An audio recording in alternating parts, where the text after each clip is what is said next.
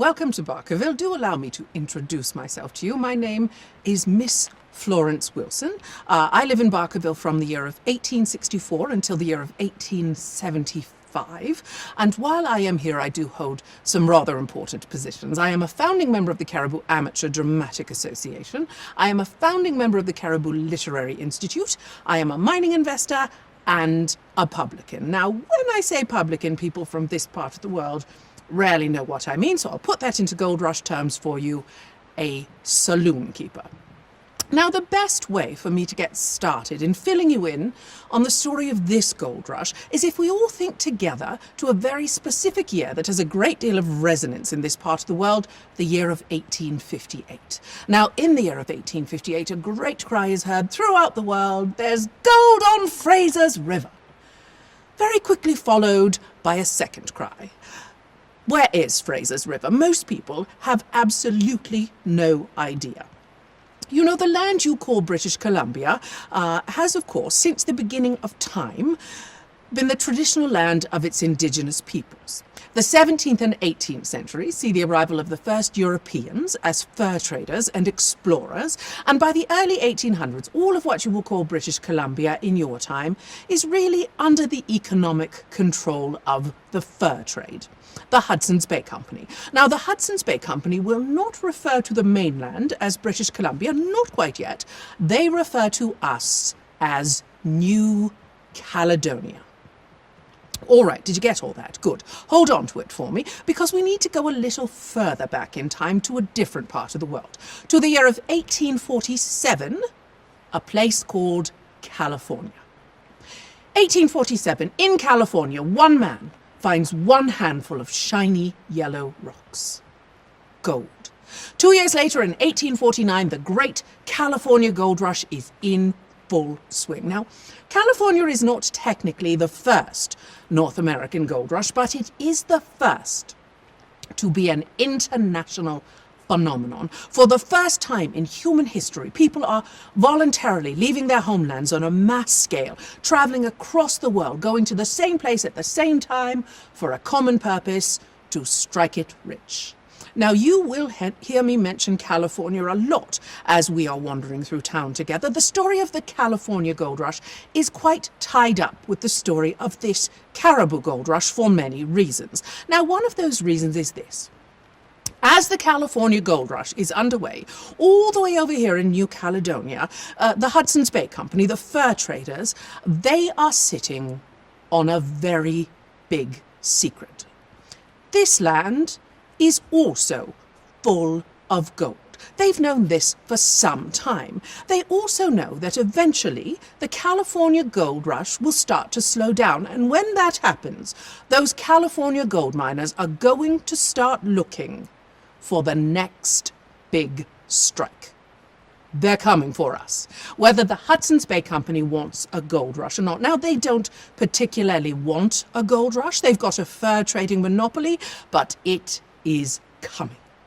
Now, enter into the story a gentleman whose name many of you will recognize, James Douglas. Now, James Douglas will eventually be the first governor of the colony of British Columbia, but at this point in our story, he is chief factor for the Hudson's Bay Company in all fur trading territory west of the Rocky Mountains, and he is also the governor of the colony of Vancouver's Island. Now, James Douglas recognizes that a gold rush is coming to New Caledonia, so he does something very brash, very bold, very naughty, and something he has no authority to do.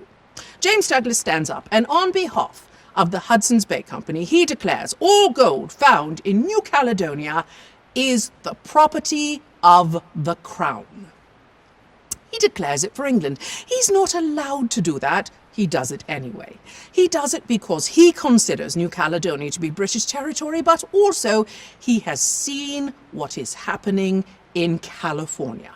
Now, California is the first big international gold rush. The world has seen nothing like this. It's unprecedented. California is not a state when the gold rush begins, and there is no appropriate law and order in place. Very quickly, vigilante justice prevails.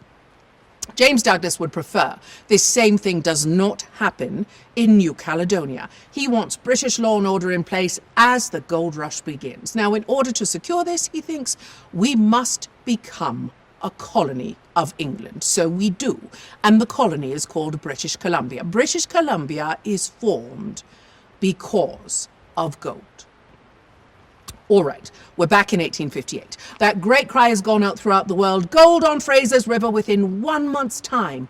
30,000 miners have swarmed into the new colony. So picture that. 30,000 miners on the Fraser River, panning the sandy bars and banks, and they are finding gold. But what they are finding is loose, flaky gold, and that's not what they came for. So most of those original 30,000 do not stick it out for the Fraser River Gold Rush. They say this is a humbug. They turn on their heel. They head someplace else. But a few thousand of these miners are experienced. They're noticing something. They're noticing that the further they go upstream, ever so slightly, the coarser the gold becomes. They are getting closer to the source. So in spite of some of the worst travel conditions you could possibly imagine, those few thousand miners keep going. They keep following the Fraser further upstream, higher into the mountains, and then they start to notice that the Fraser is fed by tributaries, creeks and streams, and they turn and start following those, and that carries them here to the mountains of Cariboo, and the second big British Columbia Gold Rush begins. The first, the Fraser River Gold Rush. The second, my gold rush, the Cariboo Gold Rush. So by 1860, we are seeing boom towns spring up in this immediate area. Keithley Creek, Antler Creek, Quesnel Forks. And very early in the year of 1861, 3 gentlemen discover the creek that runs by right over there. Now, one of these gentlemen is called Dutch Bill Dietz. Dutch Bill and his 2 partners spend a miserable day in February prospecting that creek. It's freezing cold. The ground is frozen solid. They have to dig through feet of snow to get to the frozen earth, chunk it up, put it in their gold pans, thaw it over the fire before they can even look for gold. At the end of that miserable day, they've all found gold, not enough to make them rich, but enough to show that that creek has great promise. Now, Dutch Bill happens to have found the most gold this day. So he says to his 2 partners, this creek should be named after me. And his partners say, we'll name the creek after you. We've got some conditions. We're going to stay nice and warm by the fire. You are going to put on snowshoes and hike to Antler Creek, the nearest boomtown. While you are there, you will replenish our mining supplies and buy us a case of champagne. Dutch Bill agrees to the terms. Off he goes to Antler Creek. He buys mining supplies. He buys champagne. He hauls it back here. He has just blown it. You've got to be able to keep a secret in a gold rush. He's just let everyone in Antler Creek know not only does he need mining supplies, he's got something to celebrate. So a couple of those Antler Creek miners allow Dutch Bill to get ahead a little bit, and then they quite simply follow his footprints in the snow all the way back to the location of the next big caribou strike, Williams Creek. Now, Williams Creek, that creek right over there, very quickly proves itself to be one of the most auriferous creeks in the world. Isn't that a good word? Auriferous. It means all filled up with gold. So very quickly, a rush is on to Williams Creek, and within no time at all, 4 boom towns spring up along its banks. So Richfield is upstream. Then we've got Barkerville, Cameronton, and Marysville. 4 boom towns, 1 main street. Now, by the time you come to visit us, there will be 1 of these 4 boom towns left standing. You are in it, the town of Barkerville. Now, Barkerville, when you come to visit us, will not be a recreated Gold Rush town. This is a restored Gold Rush town. So there are roughly 190 structures in Barkerville when you come to see us. 107 are original to the time when Barkerville is an operating Gold Rush town. So what on earth are we waiting for? Let's go have a look at it. It's called Gold Rush. You need to keep up with me.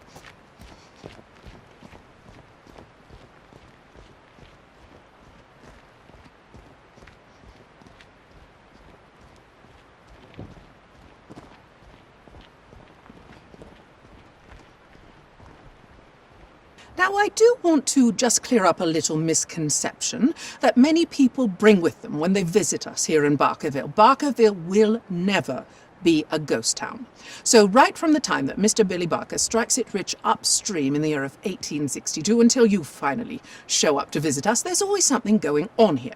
And for that reason, you are not only going to see people and buildings from my time. Now, my time is the original placer mining gold rush of the 1860s and 70s and a little bit beyond. You will see our entire history interpreted here. I mean, all around me here are some rather modern-looking buildings from your time. Just over there, we have 2 wooden churches, and those are from my time. Over the road from those churches, there's a little shop which has a sign out front that says confectionery, and that is a sweetie shop from the 1930s. And the 1930s sees the second big Cariboo Gold Rush, the hard rock mining era of Barkerville and Wells. Now, just beside me here, we have a little log cabin, and from that log cabin all the way down to that little yellow house, we call this strip of buildings the Trogilis Buildings. Now, a fellow by the name of Fred Trogilis is born in England in the year of 1862. That is exactly the same year that Barkerville is born. But when he reaches his adulthood, Mr. Trogilis decides he wants a big adventure. He comes to North America, and he ends up right here on Williams Creek and lives most of the rest of his life in that little yellow house. Now, Mr. Trogilis will pass away right here on Williams Creek in the year of 1962, just shy of his 100th birthday. So he's going to see a few things happen here on Williams Creek. He will arrive in time to see the very dying days of our first gold rush. He will live right through our second gold rush, and he will still live in that yellow house in the year of 1958, which is the year that Barkerville becomes an historic site. Upon the death of his final surviving child, his daughter Mildred, in the year of 1998, all of the Trogilis property will be given to Barkerville. So the Trogilis family are instrumental in the museology of Barkerville. There's another very good word for you. You people should be writing these down. Now, museology is the art and science of creating a museum. So not only do the Trogilis family give us their buildings, they also give us photographs that they have taken over decades of residency and oral histories, their own personal stories of living and growing up right here in Barkerville. So as we walk through town together, I'll point out a few other areas of museology, but for now, let's carry on up the road.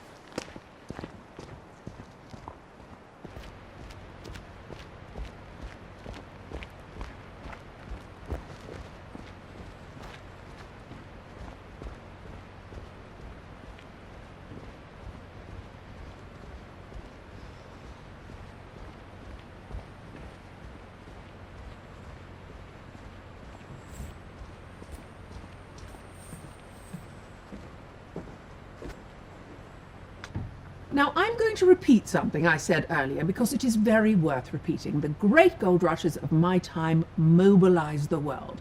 So, for the first time in human history, it's gold that gets people moving from one side of the world to the other. But here's what I have not yet told you. The vast majority of these people are men. Not a lot of women coming in the early days of the great gold rushes. Men are not coming to settle down in a new land. They're coming to strike it rich and head back home again. Not quite the way it turns out, but it is the initial intention. So if miners are married, they very rarely bring their wives and families with them. Now, we estimate the population of women along Williams Creek in the earliest, biggest years of this gold rush to be approximately 9%. Ladies, we are greatly outnumbered. Now, eventually more women start coming to this gold rushes from other places in different ways and for different reasons. Now, I happened to come to the New World in the year of 1862 aboard the first bride ship.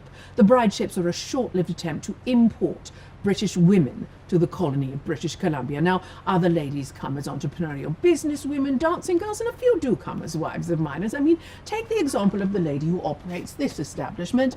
Her name is Mrs. Catherine Parker. Now, Mrs. Parker arrives here on Williams Creek with her husband very early in this gold rush. She has a look around, sees all these men and hardly any women, and of course, absolutely no offense is intended to you gentlemen, but she does take note of the fact that so many of these men don't know how to do anything for themselves, whereas we ladies have been trained since our girlhoods in the domestic arts, where Mrs. Parker spots an opportunity. For the very first time in her life, people will be willing to pay her to cook and clean. So like many ladies, she opens a boarding house. So it is $12 a week to stay here at Mrs. Parker's boarding house. Now keep in mind, this will not secure your bed for the entire day. Our mines operate 24 hours a day, divided into two 12-hour shifts. So the minute you get up to go to work, there is someone right there to take your bed from you. Now you might want to take note as we are passing that Mrs. Parker does like to keep the standard caribou-sized mosquito netting on her front doorway.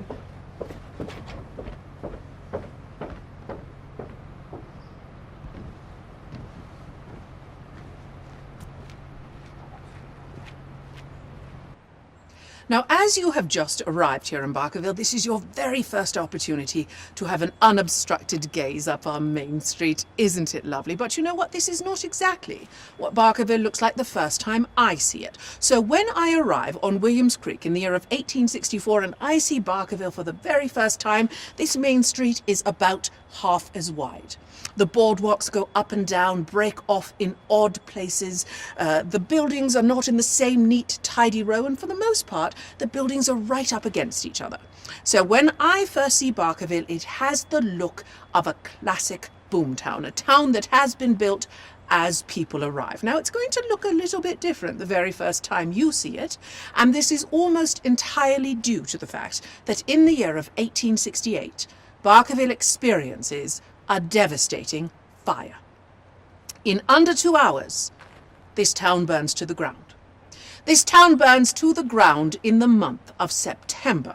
Winter likes to come to Williams Creek in the month of October, so we need to start rebuilding our town immediately after the fire. But this does afford us a rather unique opportunity. We're rebuilding at the same time. We can add town planning. So the first decision we make as a town, let's make the main street twice as wide as it had been so 2 stagecoaches can pass.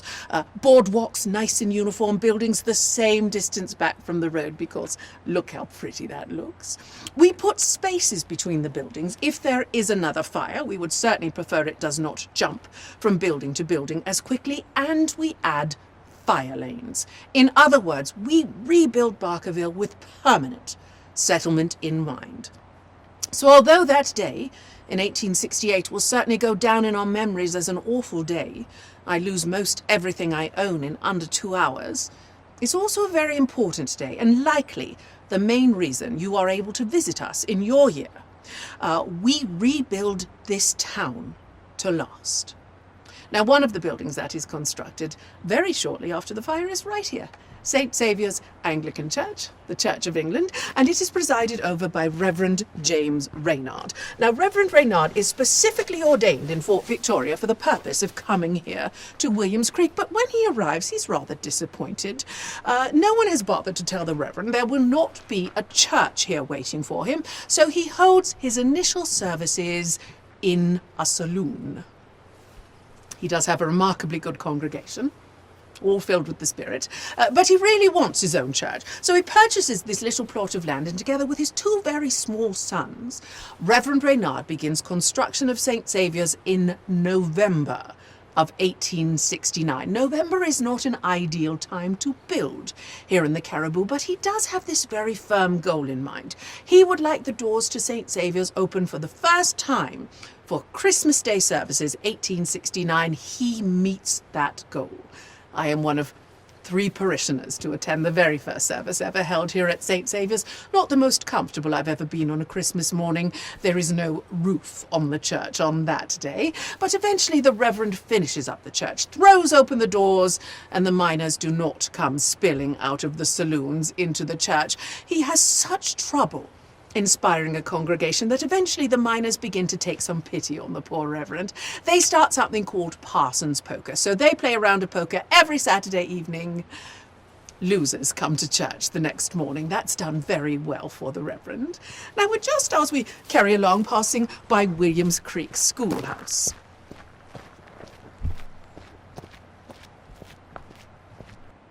You know, we don't even have a school teacher in Barkerville until the year of 1868 because we don't need one. We just don't have enough families here until then. But eventually people start putting down roots in Barkerville. Children are born, and we ask the government, could we please have a school teacher? And they send one.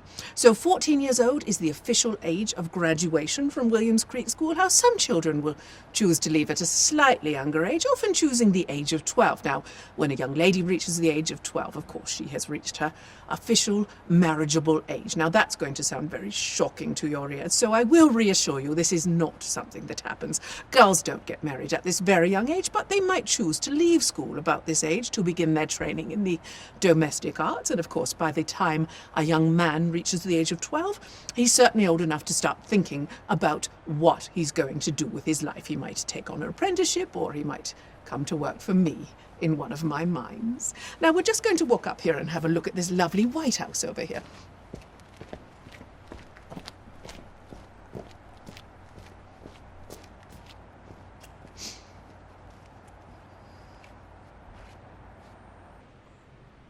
Now, this lovely house behind me here, this is the home of John and Emily Bowron. Anyone who has spent any amount of time in this part of the world will certainly recognize the name Bowron. Now, John Bowron arrives on Williams Creek 1 year before I do, in the year of 1863.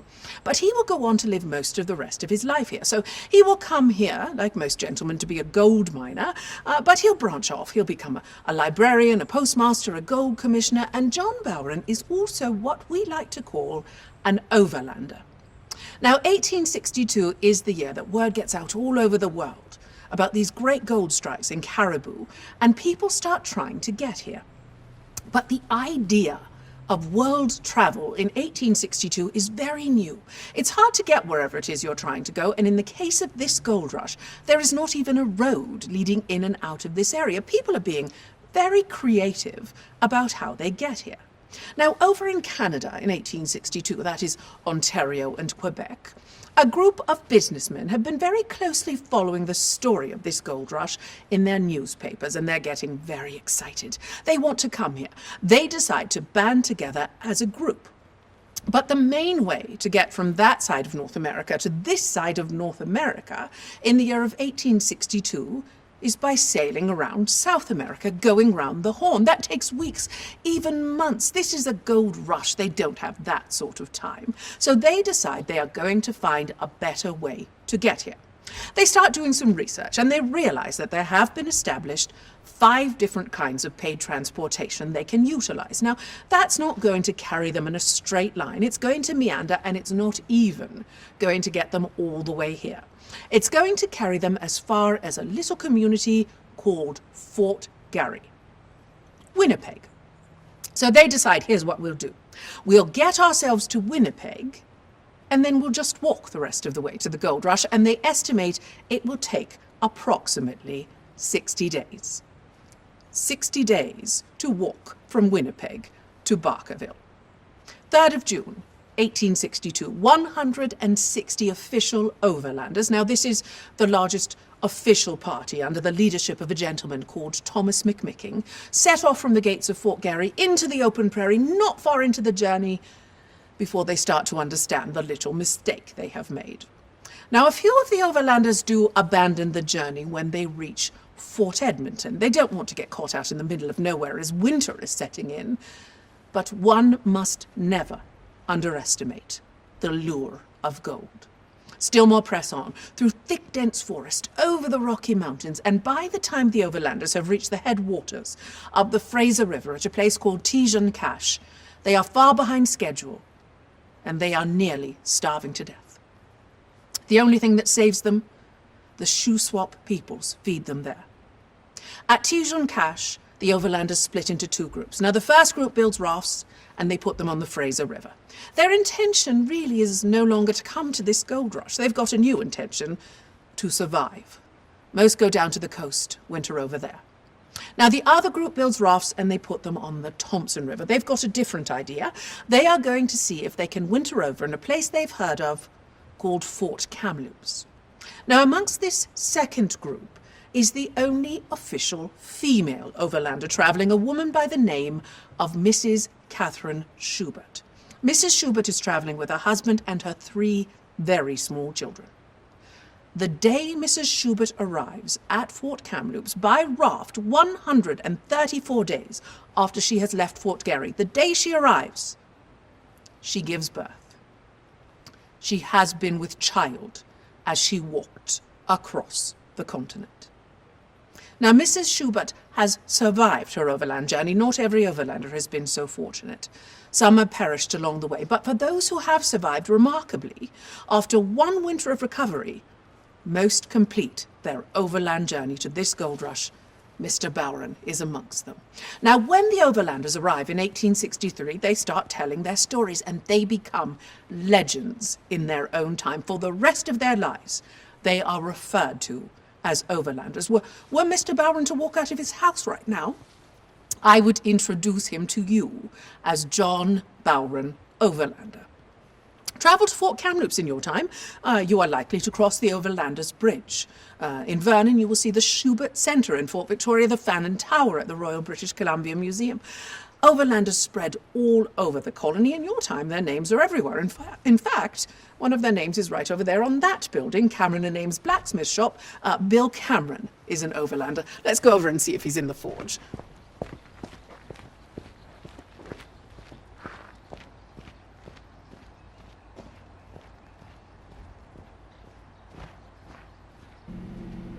So it's Mr. Hankin here in the forge today. Now, most of us who spend our years here during the gold rush, we do not spend our winters on Williams Creek. It's very cold, the ground is frozen, it's impossible to mine, so we go off somewhere a bit more sensible, Fort Victoria, San Francisco, New Westminster. Now, some people like me, we stay to keep the town going. Some people like Mr. Hankin stay to watch over a mining claim. You watch over the Barker and Company claim, or the blacksmith's day. Not only do they stay all winter long, they keep the forges open what? 24 hours a day, 365 days per year. Now, can you explain why that is, Mr. Hankin? Simply put, when you head down for warmer climates in the autumn, you put in your orders for that next season's mining tools, and we spend all winter building your tools for you. You come back in the spring, you pick up your orders, you get to it, and then we spend all summer fixing the tools you break, because it's very hard work you'll be doing. Now, I keep calling this a placer mining gold rush, but I haven't explained yet what placer mining means. So placer mining is looking for loose gold in gravel.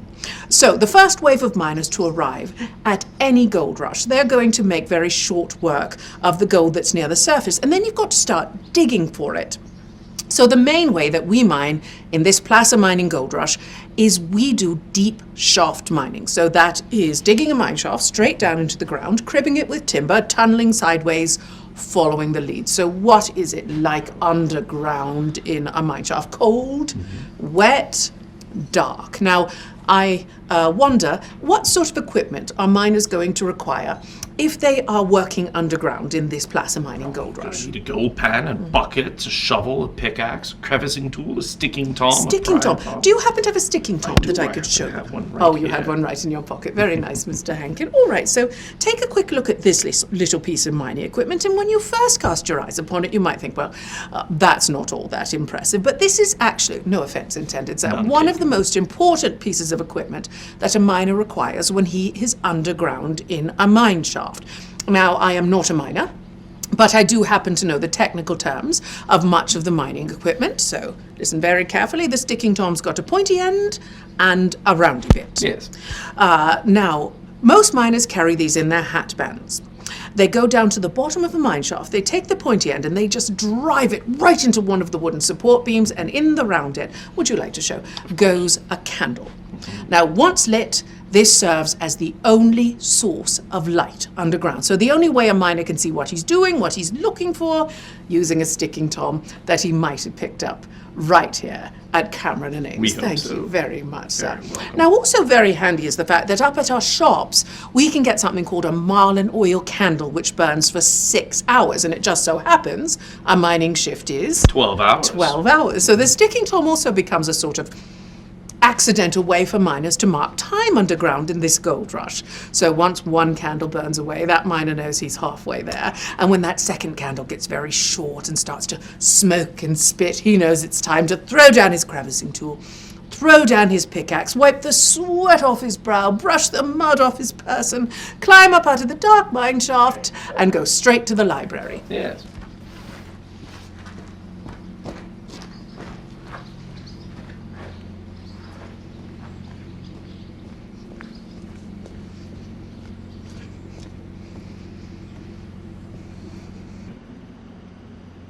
So I'm going to tell you a little secret I've been keeping from you. You happen to be shown through town today by British Columbia's very first librarian. So when I leave England, I have with me a trunkload of books. I carry those books with me to Fort Victoria, where I lived for 2 years, and then I bring all of my books up here to Williams Creek. When I arrive, I am swiftly informed this is one of the largest private collections of books that the colony has seen so far. How can I keep them for myself? I use them to start the first Cariboo Literary Institute, British Columbia mainland's first library. But I don't do that in Barkerville. I start it down in Cameronton. After a few short years, we decide we would rather have the library up here in Barkerville, so we move everything up here just in time for it to burn in the Great Fire of 1868. So we start rebuilding our collection, and we add something. We add international newspapers. Now, like most people who come here, I come from somewhere else in the world. We all do. But for many of us, we have no idea if we will ever go home again. A gold rush is an exciting place to be, but it can also be very lonely. Now, if I hear a copy of my newspaper has arrived here to the reading room, the London Times, I will take an entire day to read it from cover to cover, savouring every word. It's news from home, but that news is at best 6 months out of date.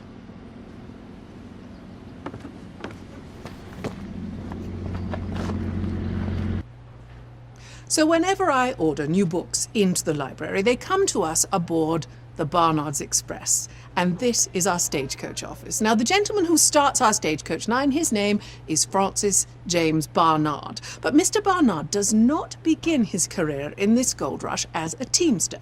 He begins his career by walking the mail between Richfield and Yale. Now, many of you will have at some point in your life traveled through the Fraser Canyon. Imagine that journey before there is a road. Mr. Barnard picks up the mail in Yale, and he begins walking until he reaches us here on Williams Creek. He delivers the mail, picks up the return mail, and walks back to Yale. Now, that's just a little round trip of about 760 miles. No one is happier than Mr. Barnard to see this road built. Now, this is a very famous road. This is called the Cariboo Wagon Road. So once this gold rush really gets going, Governor Douglas does understand we've got a serious problem. It's really hard to get here. So he writes to England, and England sends royal engineers to begin the process of building a road through the canyon. They are blasting through rock walls, building cribbing that hangs at 90-degree angles off of cliff faces. It takes a few years, but by 1865, the Cariboo Wagon Road has reached Barkerville, and Mr. Barnard has started the Barnards Express, the BX, the best stagecoach line in North America. Our lives change. A trip to Fort Victoria, that takes weeks. If you can afford the stagecoach, that will cut right down to 7 days. Gold can be moved more efficiently, but most impactful to our day-to-day lives comes in the form of what we pay for goods. So before the wagon road, anything purchased on Williams Creek has been grown here, manufactured here, or hauled in on the backs of men and animals. Expensive. A barrel of flour for the winter before the wagon road comes through will cost you 100 American dollars. One egg, a single egg, $1. Now, if I were to try and put that into your terms, imagine paying something like $40 for an egg. Once the wagon road comes through, prices drop down very nicely indeed.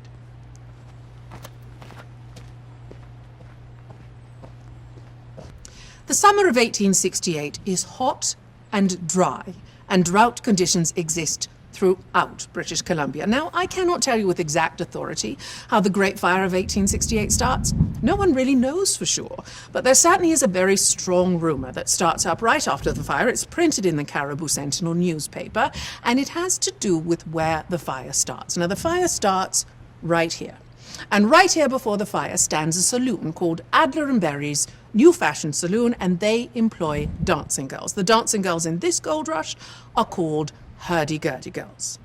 Now, on the afternoon of the 16th of September, 1868, one of these hurdy-gurdy girls is standing in the back room of Adler and Berry's, and she's ironing up her skirt in preparation for her evening of dancing.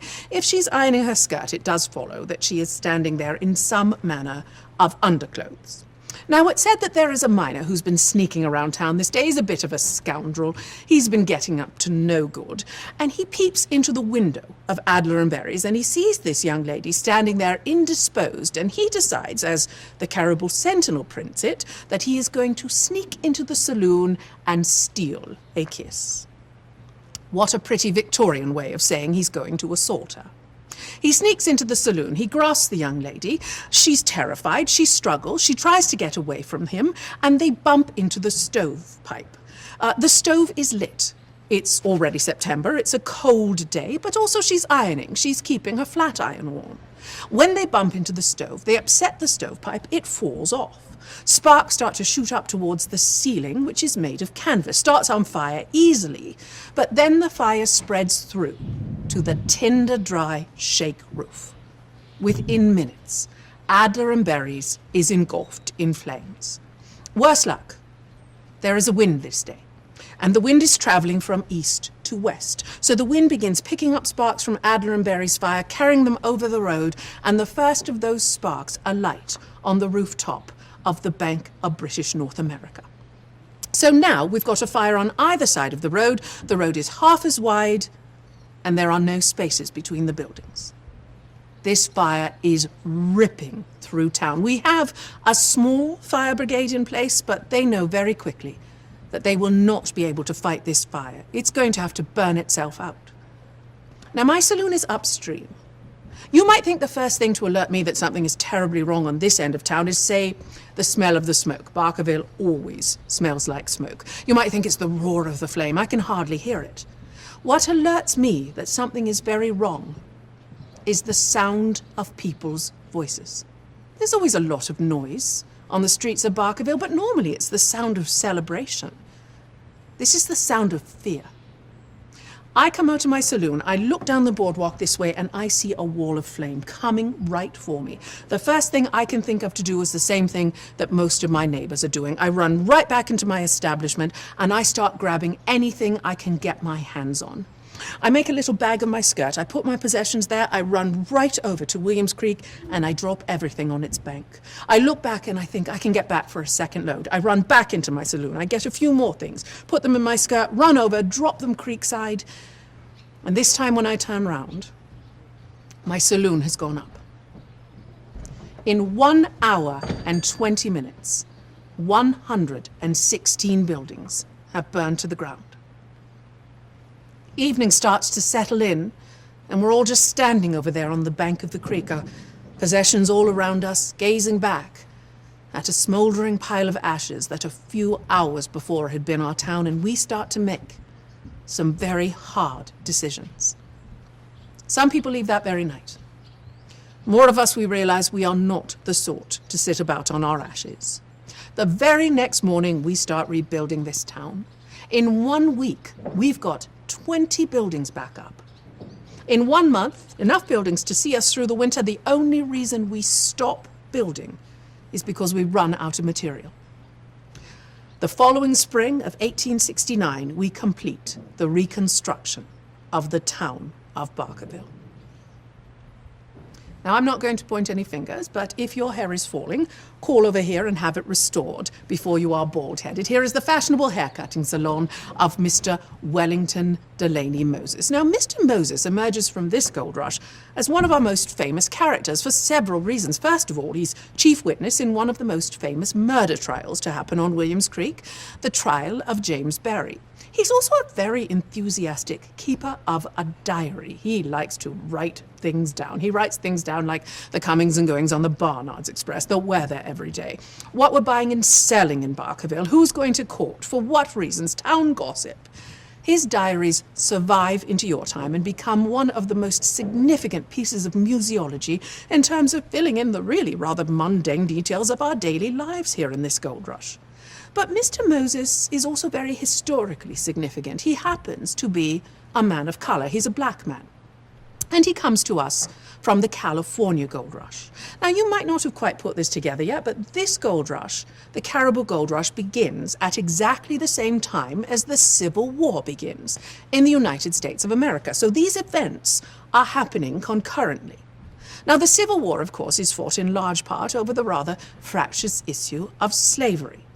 California is made a state because of the California Gold Rush, and it is made a free state. So technically, slavery is illegal in the state of California, but as all the events that are leading towards the start of the Civil War are really starting to boil up, those black citizens in California are getting nervous. Racially discriminatory laws are freely finding their way onto the law books of that state. A committee is formed in San Francisco amongst some of the more prominent black families. It's called the Pioneer Committee, and they meet regularly to talk about what's going on. And eventually, a decision is made that they should flee the United States of America, but where to go? Well, not all that far away geographically. 2 colonies have been formed, British Columbia and Vancouver's Island, each governed by the same man, James Douglas, and James Douglas is half black. Mr. Mifflin Gibbs of the Pioneer Committee travels to Fort Victoria to meet with Governor Douglas and to discuss the idea of some of these black families coming to British Columbia and Vancouver's Island.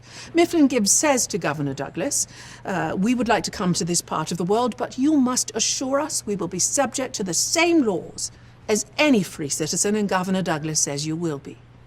So in the year of 1858, 300 black families flee California to come to Vancouver's Island, British Columbia. The vast majority will choose to settle on Salt Spring Island, but some, like Mr. Moses, will choose to come right up here and participate in the Cariboo Gold Rush.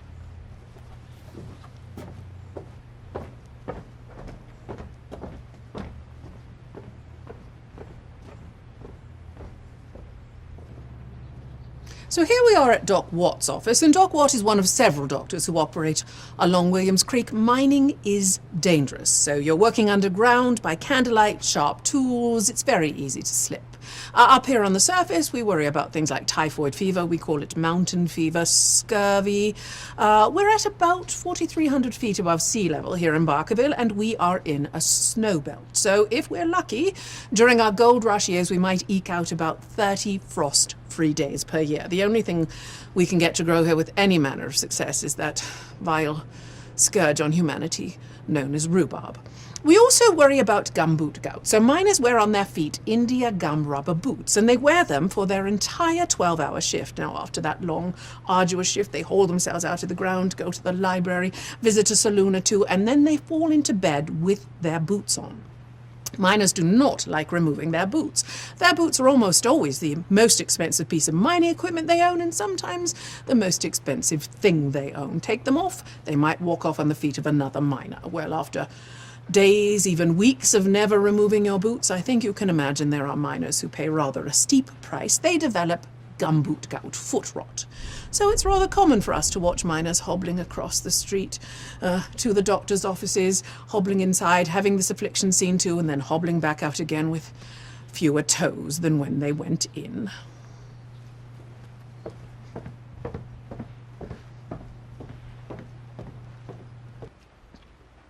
So I just walked by the Nickel Hotel, and I've come here to the St. George Hotel, and each of these establishments are owned and operated by the same businesswoman. Her name is Madame Fanny Bendixson. She comes from Paris, France.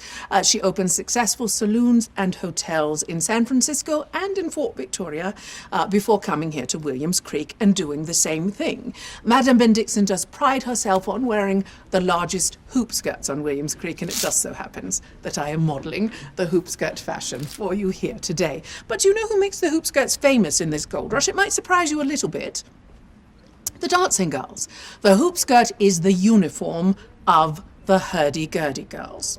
Now, when I say gold rush and I say dancing girl, there is a possibility that you don't immediately conjure up the image of a hoop skirt. You might think of a young lady in a very rustly, revealing costume, feather in the hair, dancing on stage, a high-kicking dance called the can-can. What a lovely image, almost entirely manufactured by the tourism industries in the 1960s and 70s. There are no can-can dancing girls in this gold rush. None in California, and you'll even get a bit of heated debate amongst historians about whether there are even can-can dancing girls in the Klondike Gold Rush. In this gold rush and California, the dancing girls do not dance on stages. They dance in saloons with minors for $1 a dance. Their story, however, is not the happiest one I have for you here today, and it does go back to this gender imbalance, so more men than women in any gold rush. Certainly there are going to be some saloon keepers who get the idea, well, if I've got some dancing girls, more men will come through my doorway. But when there's hardly any women around, where do you get dancing girls? Well, they must be recruited from elsewhere. So the process of recruiting hurdy-gurdy girls begins in San Francisco, where someone appoints themselves boss hurdy. So the first order of business for a boss hurdy, go to Europe, usually Germany and Holland. Now, while there, the boss hurdy is quite specific. He's going to small villages, farming areas, and he's looking for families who are not doing well financially and have at least one daughter, somewhere between the ages of about 12 and 16. Now, the boss hurdy gets friendly with this family, and when he's earned their trust, he makes them an offer. He says, look, I'll help you pay off all the money you owe. There's just a little condition attached. Your daughter's going to come back with me to the New World. She's going to be a dancing girl. The family agrees to this, and they have just sold their daughter into indentureship. So this young lady is put on a ship bound for San Francisco, where she is trained as a dancing girl. She's then put together with a troupe of girls, and that troupe is hired by a saloon keeper in a gold rush town such as Barkerville. Mr. Moses is very good at reporting in his diary exactly when a new troupe of hurdies has arrived on Williams Creek.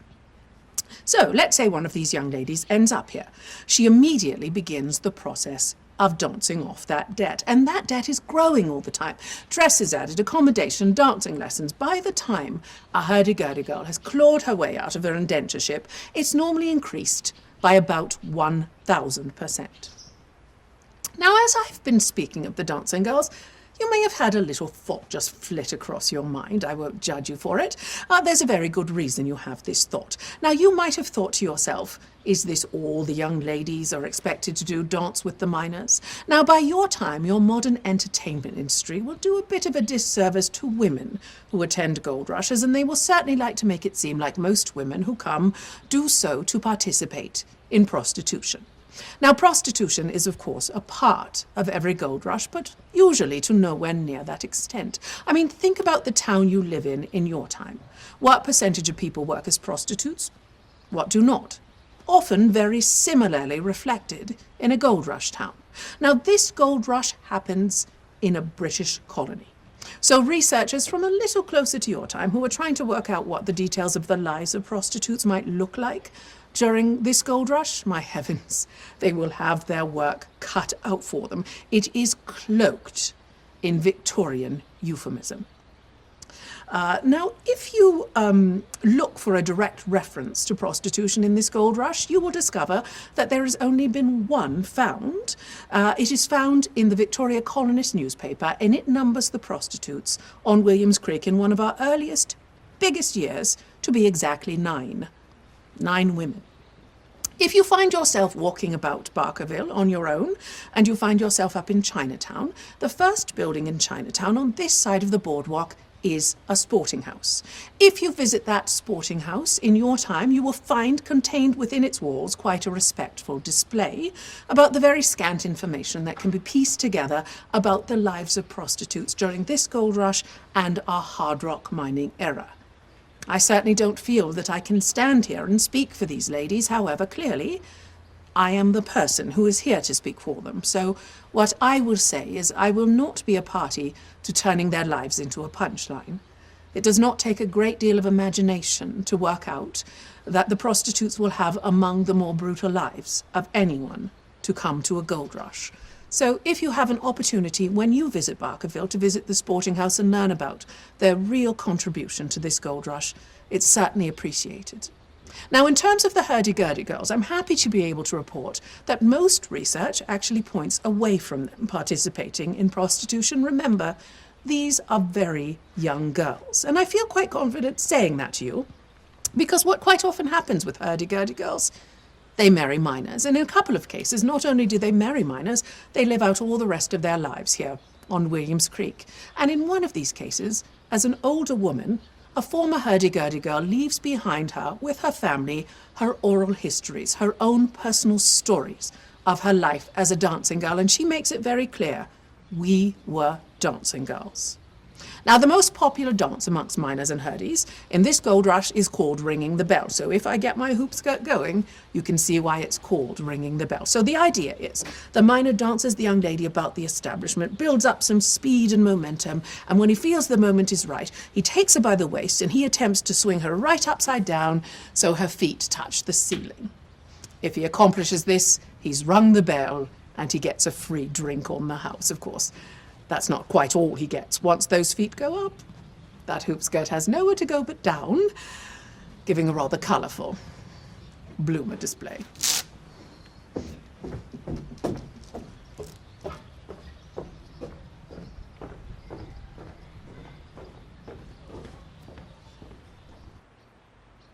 Now, the first signs that this gold rush is starting to wane happen in the late 1860s. Gold rushes are fast and furious, and we are so aware that if the gold runs out, so does Her Majesty's interest in us.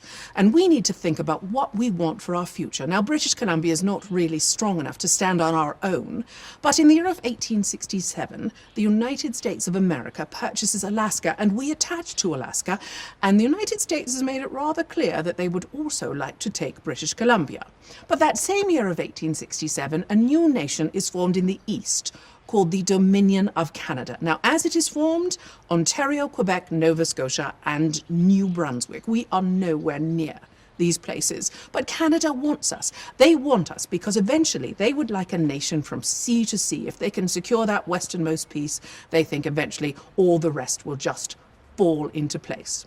Now, Canada would like to negotiate. The United States is talking about annexation by occupation. So we decide we'd like to talk with Canada. Delegates are sent to Ottawa to discuss British Columbia's entry into Confederation. So the first thing we say is, my heavens, we've built up enormous debt building the Cariboo Wagon Road. Canada says, we'll pay that off for you. We say, well, we're not even attached to you. Build us a road. We think it's a ridiculous request. They say, we'll do better. We'll build you a railway. And we say, well, we're going to need infrastructure, government buildings, hospitals, a lunatic asylum. Canada says, we'll build all that for you. So in the year of 1871, British Columbia becomes the 6th province to join with the newly formed Dominion of Canada. All right, come along.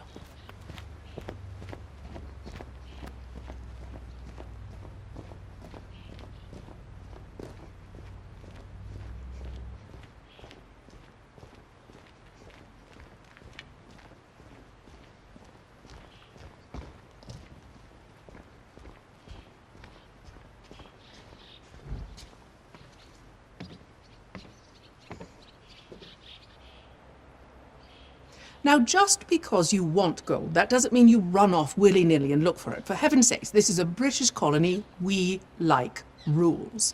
And we are very fortunate to not be the first big international gold rush. There are so many gold rushes that happen during my time, but not all attain international status. Now, the first to do so really is California, and as we discussed earlier, law and order is not in place as that gold rush begins, and it's a little bit of a shoot-up.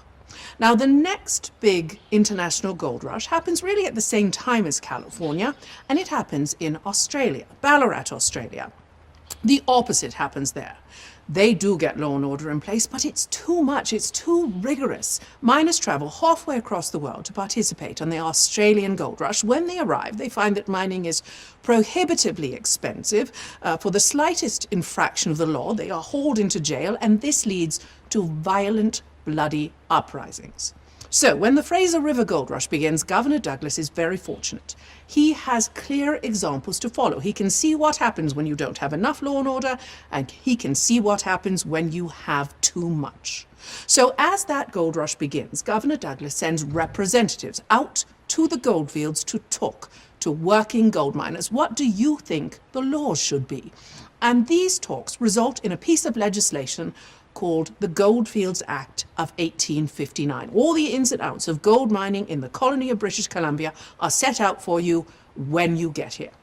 So the first thing you need to know, do not put pan to gravel until you have purchased your gold mining license. Now that will cost you $5 American or £1 British pound.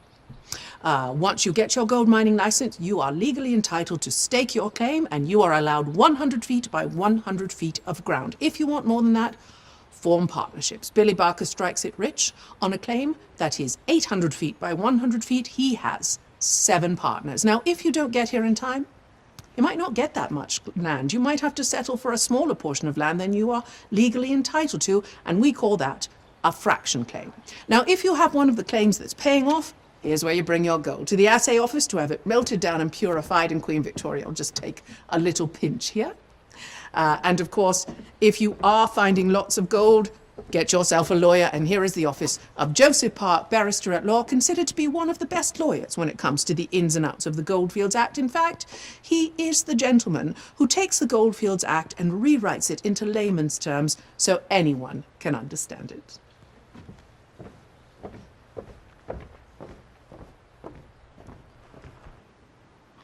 Now, as we've been walking through town together, you might have taken note of the fact that most of the buildings in Barkerville aren't actually sitting down on the ground. They're elevated above ground level. There's a very good reason for this. Now, when you look around at the hillside surrounding Barkerville in your time, you're going to see some lovely forestation. But that's not what I see in my time. When I look at this hillside, I see stumps. We've cut down most of the trees to build Barkerville, to rebuild Barkerville, to heat our homes, and to build mine shafts. I mean, if you get a sort of vague idea of how much timber it's taken to build this town of Barkerville, about 9 times that amount is under our feet, honeycombing this entire area in mine shafts. Now, add to that the fact that we are in a snow belt. If we have a very severe winter, we can get in excess of 20, 30 feet of accumulated snowfall. The first miners to arrive on Williams Creek, they want to get at that rich gold-bearing gravel at the creek bed, so they divert the creek by means of a bulkhead and carry the creek off of its original course. We are also placer miners, so we are constantly churning up the ground and leaving in our wake muck, mud, gravel, mine tailings. So add all of those things together and think about what happens in springtime. So the first year of Barkerville's existence, these buildings are right down on the ground. But then spring comes, the snowpack starts to melt, the water starts coming down the hillsides. No trees are holding any of it back. As it's coming down, it's gathering mine tailings, and one day Williams Creek overflows the bulkhead and we have a big flood of mud right down our main street. It does so much damage that we realize this will happen every year and we need a plan. So here's what we come up with. Let's pick up the town. So the very next year, in autumn, before the snow flies, everyone goes out and starts lifting up their buildings. Neighbours are helping neighbours. By the time the snow does come, the town is elevated so high above the ground, we've had to build bridges from one side of the boardwalk to the other, so we can still make our way about. Spring comes, the flood comes, but this time it goes under us rather than through us. Aren't we clever? It works so well. It works a charm. It works so well we do it year after year after year. Now, here's the part that can be a little bit tricky to understand. We lift the buildings up, but we never put them back down again. We don't need to. The ground comes up to meet us.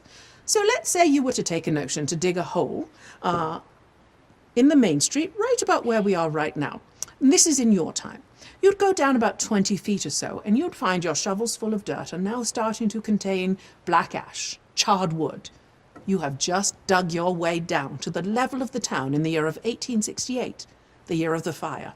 And that level of ash gets deeper and deeper the further downstream you go.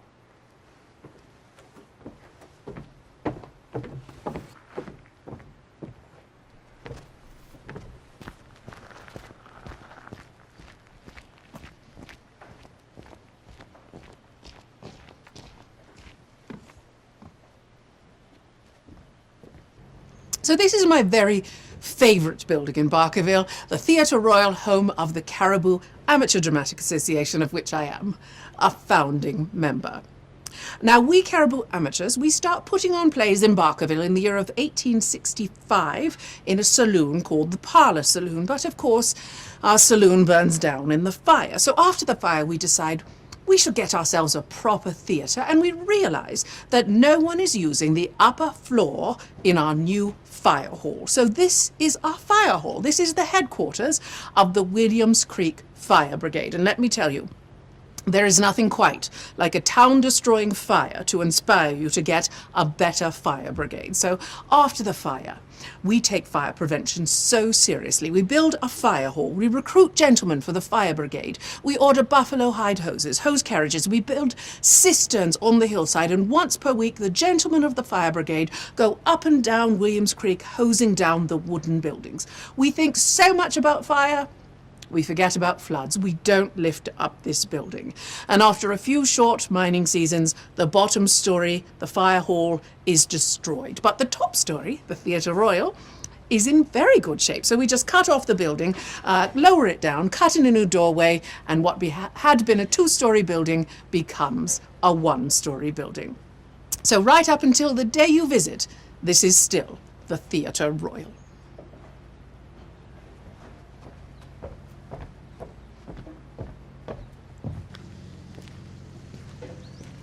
Now, I really cannot overstate how significant it is that we have a newspaper that runs in our gold rush for 10 years. From 1865 until 1875, the Cariboo Sentinel runs its presses, and every edition ever printed survives into your time. The single most significant piece of museology for this gold rush is contained within the pages of this newspaper.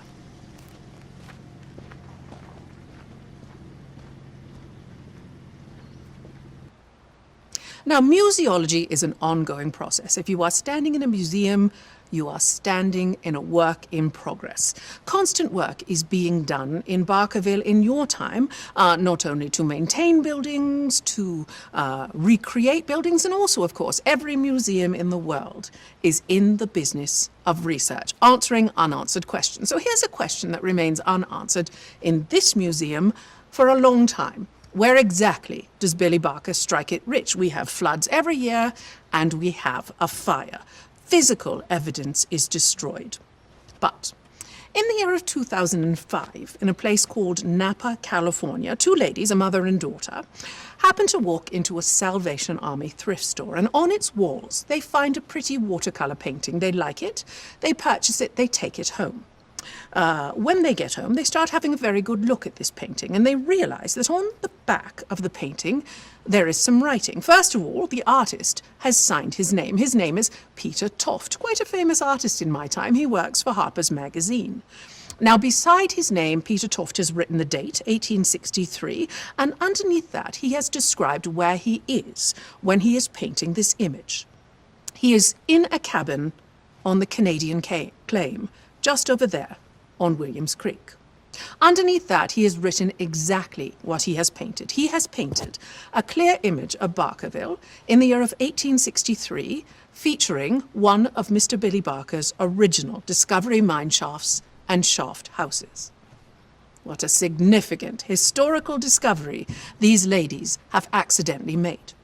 They get this painting to Barkerville, and 10 years later, some sort of royalty from your time, they call themselves the Timber Kings. They are log work experts. They come here to help us recreate that mine shaft and shaft house. And that is exactly what this building is.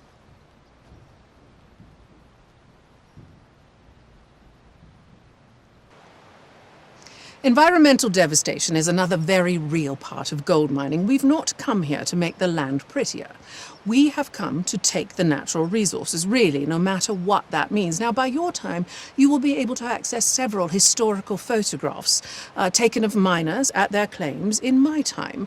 And of course, they're posing very proudly in front of their claims, but you need only look around at the background of the photograph to see the complete devastation done to the land as a result of gold mining. In fact, we can see a little from here. So if we just look behind me here, do you see how across from Williams Creek, right over here, the hillside appears to be caved in. Now, that is what is called a hydraulic mining cut. Now, when we placer mine, eventually we start to run out of the gold down in the ground, so we start crushing up the hillsides. And we do that with high-pressure water. So that hydraulic mining cut, the damage done there on the Canadian claim is done in the 1930s, clearly visible to the naked eye in your time.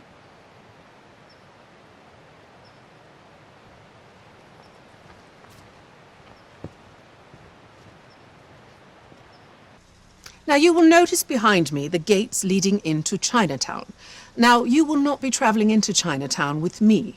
The only reason for that is because by your time, there is a separate and excellent Chinese history interpretation program here in Barkerville. I feel I need to say that because I don't want to accidentally give you the wrong idea. Sometimes people assume I don't take you into Chinatown because I don't go into Chinatown in my time. I do, whenever I want to, and Chinese citizens freely live and work on this end of town. However, I am not going to stand here in front of you and pretend that racism is not a significant feature of this gold rush. It is. Most of us with this gold rush are having our first international experience. It's not going all that well. And I'm very sorry to be able to report that most of the racism in this gold rush is aimed very squarely at our Chinese citizens. If you look to the side of the gate leading into Chinatown, you will note there that there is a brass plaque. If you go and have a read of that plaque in your time, you will see that it talks about a day in the year of 2014 when the then Premier of British Columbia, a woman called Christy Clark, will rise in the Legislative Assembly to officially apologize to the Chinese citizens of British Columbia for historic and legislated racism against them. Now, as we've been walking through town together, I have told you some of the guts and glory stories of this gold rush, but with the great gold rushes come some very negative implications as well, racism being one of the most severe. And of course, one of the most severe examples of racism comes in the form of colonization itself. Now, I've told you every story I've told you this morning from the perspective of a European woman who comes to a gold rush. These stories are rather different if they are told from the perspective of someone whose land has had a gold rush forced upon it. We could talk for a long time about what happens to the indigenous peoples, the original people of this land, as a result of colonization, but for the most part, these are simply not my stories to tell. But I can tell you a couple of things. Now, 1862 is such a big year for British Columbia. In the year of 1862, Billy Barker strikes it rich very near where I am standing right now, and the eyes of the world turn to us. People from everywhere start trying to get here. In 1862, I'm coming here on the first bride ship. The overlanders are walking across the continent. People are coming from every direction, and with us, we are bringing diseases. That same year of 1862, a smallpox epidemic sweeps through British Columbia, and in a matter of weeks, nearly 90% of the indigenous population is wiped out. I told you about the building of the Cariboo Wagon Road, but here's what I have not told you yet. Of course, the Cariboo Wagon Road is built right through the land of the original people, the indigenous peoples of this land.